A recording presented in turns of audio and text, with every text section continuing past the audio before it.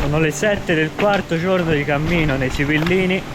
Finalmente stamani siamo riusciti a partire a un'ora degna di un camminatore. Questa notte abbiamo schivato onde di piena e frane, per cui siamo ancora vivi. E ora ci dirigiamo verso Isola San Biagio, dove consumeremo un lauto pasto, si spera.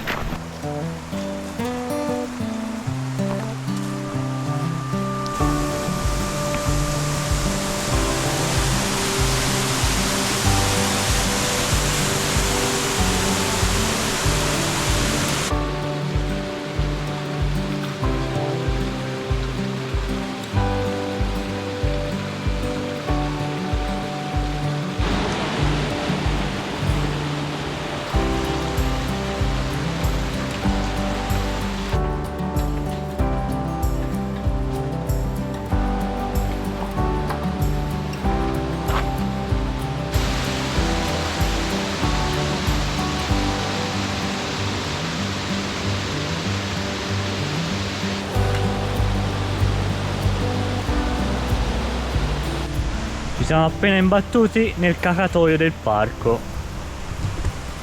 Guardate qui.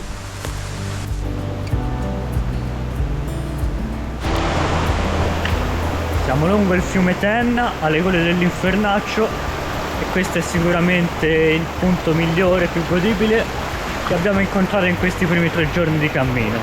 Si cammina bene e soprattutto siamo all'ombra e al fresco del fiume e della vegetazione che ci circonda.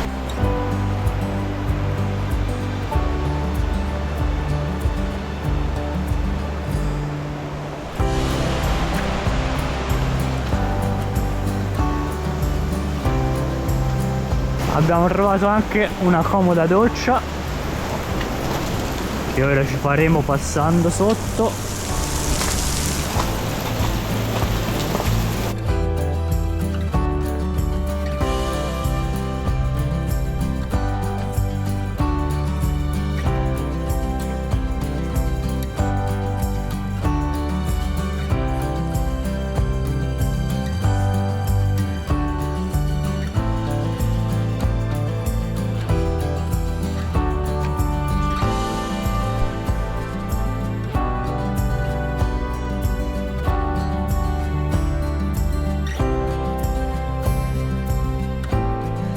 Siamo a Isola di San Biagio, frazione di Monte Monaco, e qui avevamo intenzione di fermarci per il pranzo, visto che la mappa segnala un delizioso ristorante chiamato Il Tiglio.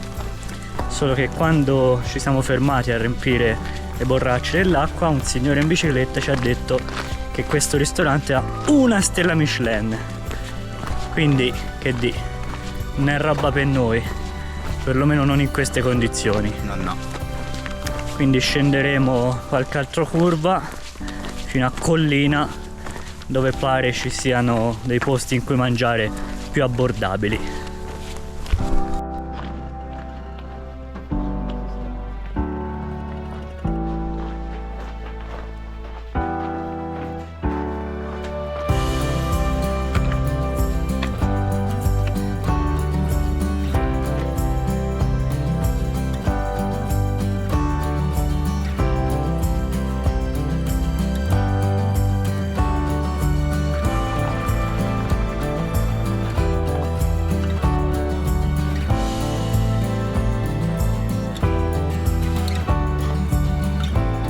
Siamo finalmente arrivati un paio d'ore fa a Collina di Monte Monaco. Ci siamo fermati a questo ristoro che vedete sul nostro retro, dove tra poco faremo un bel pranzo.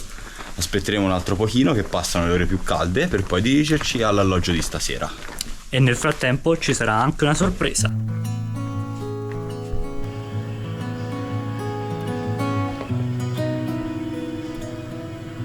Buon appetito! Sì. Bene, alla fine di questo lauto pranzo ci siamo mangiati le pecore, perché qui si mangia solo pecora, ovviamente ci sono gli alti pasti, alti pascoli. Non potevamo non concludere con amaro della Sibilla. Salute! Salute, che se ne va.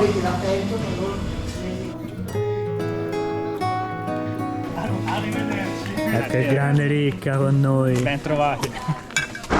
Ed ecco la sorpresa di cui vi avevamo parlato, ci ha raggiunto il nostro amico Riccardo e adesso ci stiamo dirigendo a Foce, alla taverna di montagna dove permetteremo stanotte, per poi ripartire domani per i nostri ultimi 2 giorni di trekking verso quella che sarà la nostra destinazione culmine di questo giro sui Sibillini.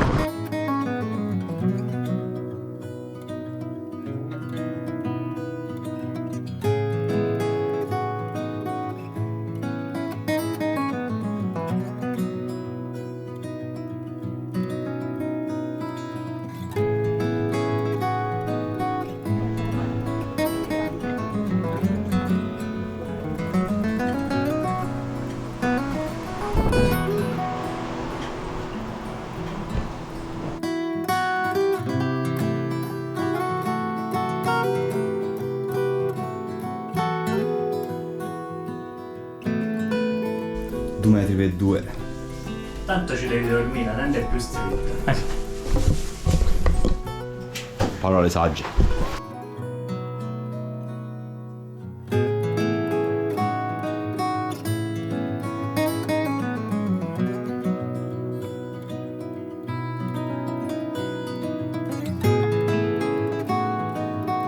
Ci troviamo nella frazione di Foce e quello che vedete alle mie spalle, proprio lassù, è il Monte Sibilla, alto 2173 metri e che dà il nome a tutto il gruppo dei Monti Sibillini. Ma perché si chiama Monte Sibilla? Perché secondo la leggenda, su un fianco di questa montagna si apre quella che è chiamata la Grotta della Sibilla, dove abitava la Sibilla appenninica. In realtà questa è una leggenda che risale al 1400, quindi non all'epoca romana come altre sibille famose, ad esempio la Sibilla Cumana. Purtroppo, inoltre, la Grotta della Sibilla è crollata da circa 70-80 anni e non è più visitabile. Per cui, visto anche che il rifugio della Sibilla, proprio vicino alla montagna, è chiuso, noi abbiamo deciso di bypassarlo perché semplicemente ci tornava più comodo per il nostro anello.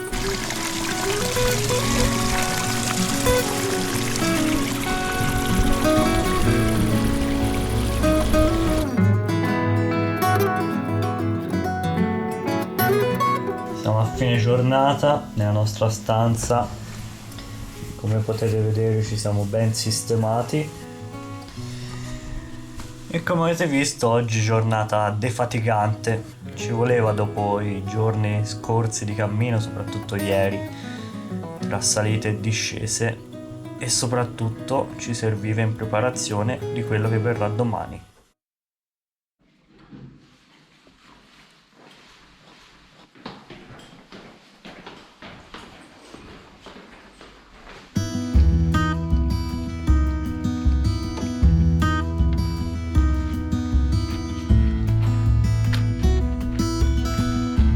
Siamo al quinto giorno di cammino, sono all'incirca le 7:30, abbiamo anche la guest star Riccardo. Buongiorno. Che ci accompagnerà in quella che è la tappa culminante di questo trekking sui Sibillini, ovvero la scalata al Monte Vettore. Ieri sera vi abbiamo accennato della leggenda della Sibilla che si dice abitasse in queste montagne, ma dobbiamo dire che era una Sibilla diversa da quelle propriamente dette di epoca greco-romana, che erano più delle profetesse, delle veggenti che venivano invasate dallo spirito delle divinità per produrre oracoli da presentare a chi chiedesse loro consiglio.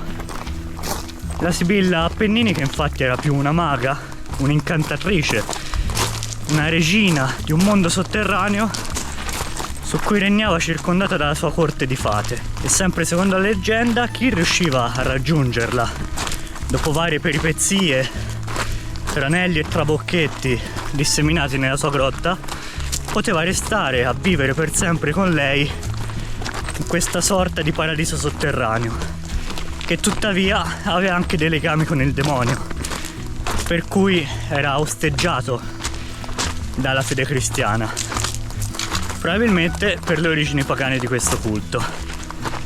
Inoltre c'è un però, ovvero che chi si fermava a vivere per l'eternità nel regno della Sibilla, per una notte a settimana, tra il venerdì e il sabato, trasformava in un capro e andava a razzolare per queste montagne.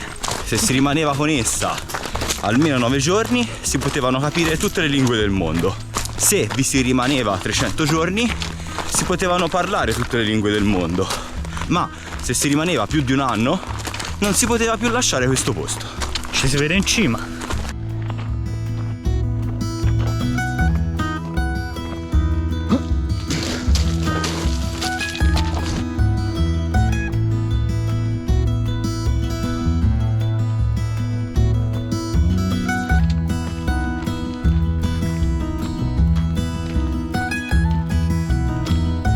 Ecco, finalmente ho raggiunto i miei compagni che sono totalmente ormai trasformati in animali da montagna.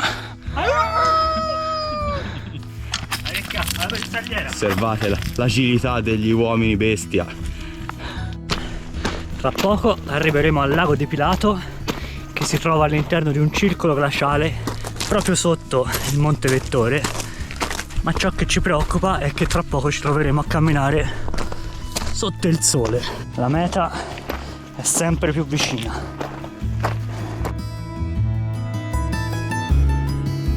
Questo lago ospita il chirocefalo, una specie endemica che vive solamente in questo luogo. È un piccolo crostaceo risalente all'età del Giurassico. Ha un colore rossastro e si aggira attorno ai 2 cm. Il chirocefalo depone le proprie uova tra i sassi all'estremità del lago. Essendo una specie protetta non ci si può avvicinare. Probabilmente il colore rosso di questo animale alimenta particolari leggende. Vi abbiamo parlato del mito della Sibilla e ora vi parleremo della leggenda che circonda il lago Pilato. Si narra infatti che questo sia un luogo consacrato al demonio. I praticanti della magia nera nel Medioevo si recavano da tutta Europa in questo posto per consacrare i propri libri sacri probabilmente al demonio. Molto probabilmente queste sono leggende sparse dalla Chiesa nel periodo medievale per reprimere quelli che erano gli ultimi culti pagani che esistevano nella zona. Quindi la Chiesa aveva interdetto l'accesso a questo lago in quel periodo, pena la morte.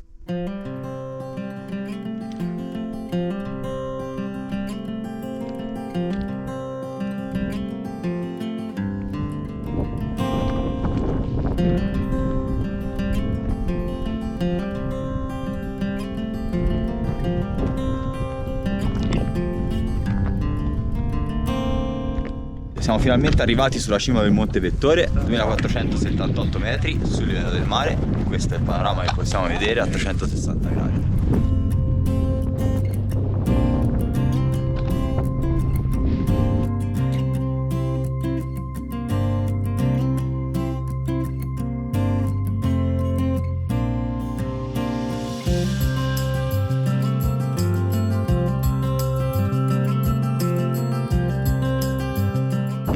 Le nostre energie sono concentrate sul non morire.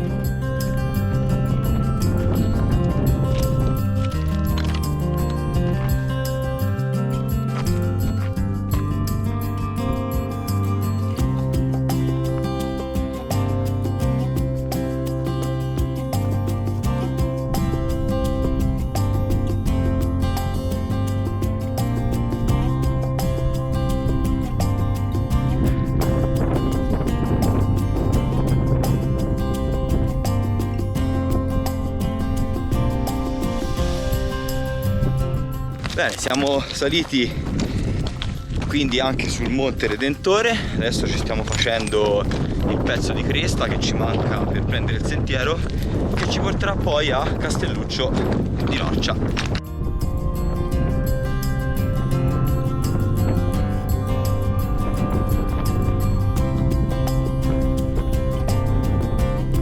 Notare bene quanto pende questa collina. Eccoci arrivati dunque di fronte a Castelluccio di Norcia. Tra un'oretta al massimo saremo arrivati al paese e concluderemo così la tappa giornaliera. Oh ragazzi, c'è un albero, non ci credo.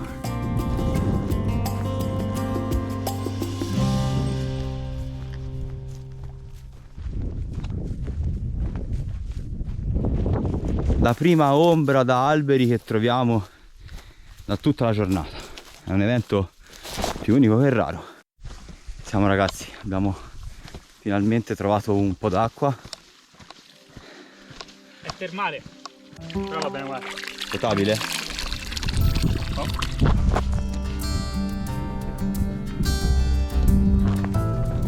La meta di stasera davanti ai nostri occhi.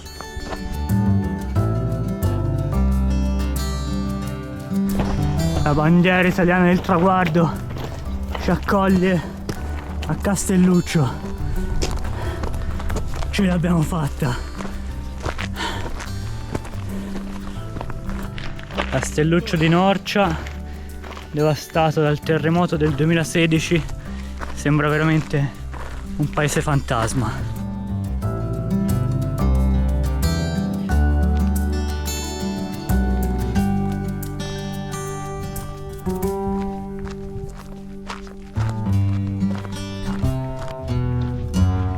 Ed eccoci giunti alla parte di Castelluccio che lotta e sopravvive.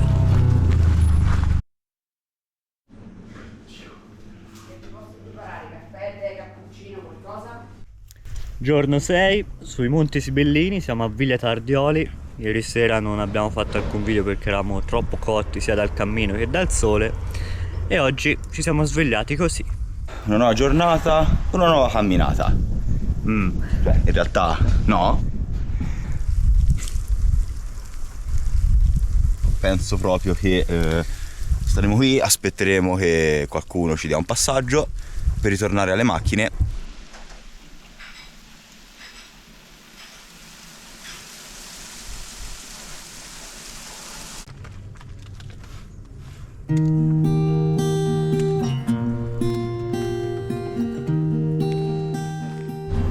Beh, abbiamo proprio un passaggio. Provvidenza, bellezza. Ah, Direzione Matera. bello bello. Infatti lo rifaremo prima o poi. Vita vera. Siamo arrivati a Ussita grazie alle nostre amiche. Presentatevi pure. Ciao, grazie. Ciao Sara. È stato un passaggio in macchina da Castelluccio a qui, salvandoci la vita in questa giornata uggiosa. Vi citeremo anche nei credits finali di questo video. Grazie ragazzi. Ragazzi, siamo finalmente ritornati a Foce, dove abbiamo recuperato la seconda automobile di Riccardo. Il giro si dichiara concluso e queste sono le nostre impressioni. Per quanto mi riguarda, gli aspetti positivi di questo trekking sono stati sicuramente i paesaggi meravigliosi di cui si gode dalle cime delle montagne, e in particolare l'ospitalità della gente del luogo, visto che abbiamo trovato persone sempre disposte ad aiutarci a fare 4 chiacchiere con noi, condividendo informazioni sulla zona. Tra gli aspetti negativi invece c'è da annoverare il caldo, ma purtroppo potevamo venire qui solo in questo periodo, e il fatto che oltre una certa quota non si trovano più alberi, per cui siamo stati costretti a camminare senza trovare nemmeno un filo d'ombra. Anche se ho partecipato solamente al tour di ieri, è stato un bellissimo cammino, e secondo me la cosa più bella è stata quella di toccare le 2 cime più alte, rispettivamente di Marche con il Monte Vettore e del Monte Redentore con l'Umbria, che toccano tutte e due circa 2500 metri. Per quanto mi riguarda, le montagne sono decisamente impegnative da salire, ma la fatica è ripagata dai bellissimi panorami che si possono incontrare salendo sulle alte vette di queste bellissime montagne. Le cose che mi sono piaciute meno sono, vabbè, ovviamente il caldo, ma questo, come Luca ha ben detto, era un fattore al di fuori del nostro controllo, e non mi è piaciuto il fatto che estensive zone di questo parco sono totalmente glabre e senza un filo d'ombra. Oltretutto in alta quota è difficilissimo trovare acqua, soprattutto in questa stagione, cosa che ci ha costretto a fare tanti saliscendi. È un cammino che consiglio a trekker esperti. Soprattutto non venite qua se avete paura delle altezze. Quindi per questo cammino è tutto. Se il video vi è piaciuto, ricordate di lasciarci un bel like e magari di iscrivervi anche al nostro canale. In descrizione vi lasciamo il link a questa traccia e buon cammino.